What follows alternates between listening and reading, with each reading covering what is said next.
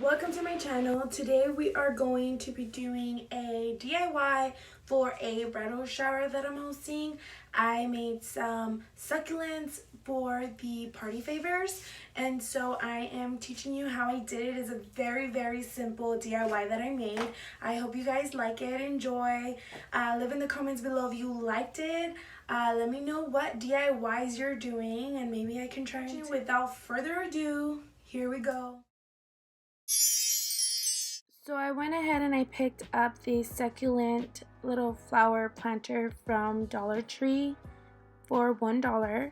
Then I got the little mini tin cans from the bridal section at the Dollar Tree as well for $1. I picked up some wooden hearts from the Michael store and I used a 50% off coupon. The first thing I did, I pulled out the succulent and then I went ahead and I took off the foam that it came in as best as I could. I placed it inside the little tin can and I hot glued it. Here I'm showing you how I just put hot glue and then I placed the succulent back inside so it would be held in place.